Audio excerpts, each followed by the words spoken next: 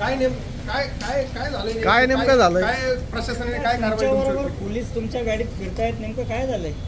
आम्हाला सकाळपासून आज आम्ही परवा दिवशी गद्दार खासदाराचा त्या ठिकाणी त्याची गाडावरून दिंड काढून पुतळा त्याचा आम्ही दहन केलेला होता.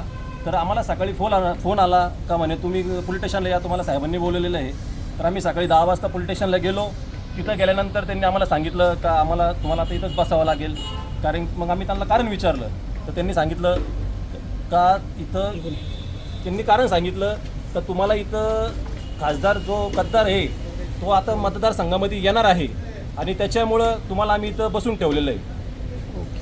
तुमच्यासोबत आता किती पोलीस आहेत? प्रशासनाच्या भूमिकेचं तू कसं बघता प्रशासनाच्या भूमिका? याला आम्ही दडपशाही म्हणू, याला दडपशाही. कारण की आता आपला जो भारत देश आहे किंवा महाराष्ट्र आहे हे डायरेक्ट हुकुमशाहीच्या दिशेने चाललेलं आहे. आम्ही आमचा जो रोष आहे तो रोष आम्ही त्या ठिकाणी जो रोष होता आम्ही तो रोष काढला होता. पण यांनी काय केलं, यांनी आम्हाला फक्त इथं दामून ठेवलेलं आहे. सकाळपासून आमच्यासोबत पोलिस दिलेले आहे, आम्हाला कुठं जाऊ देत नाही. आज आमची मीटिंग होती.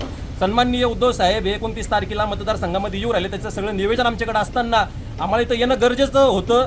तर त्यांनी आमच्यासोबत पोलिस दिले, नजरकेमध्ये ठेवलं आहे का आम्ही कुठं जावं नाही, काही करावं नाही. पण आम्ही काही इतके आम्ही कच्चे शिवसैनिक नव्हे, आम्ही उद्धव साहेबांचे शिवसैनिक आहोत. आम्ही तुडवल्याशिवाय, भाऊसाहेब त्या गद्दाराला तुडवल्याशिवाय आम्ही स्वस्थ बसणार नाही. आज नाही, उद्या नाही, परवा नाही, पण कधी ना कधी आम्ही त्याला तुडवणार म्हणजे तुडवणारच. किती पोलीस तुमच्या सोबत आहे आता सध्या? आणि तुमच्या दैनंदिन जीवनावर काय परिणाम होतोय? आता दैनंदिन जीवनावरती आमचा परिणाम झालेलाच आहे ना. हा आता आमच्यासोबत पोलिस फिरताय म्हणजे आम्ही का गुंड आहे का? गुंड आहे आम्ही. आजपर्यंत आम्ही इतक्या वर्षापासून समाजसेवा करतोय, राजकारण करतोय. आजपर्यंत एक गुन्हा आमच्यावरती नाही आहे.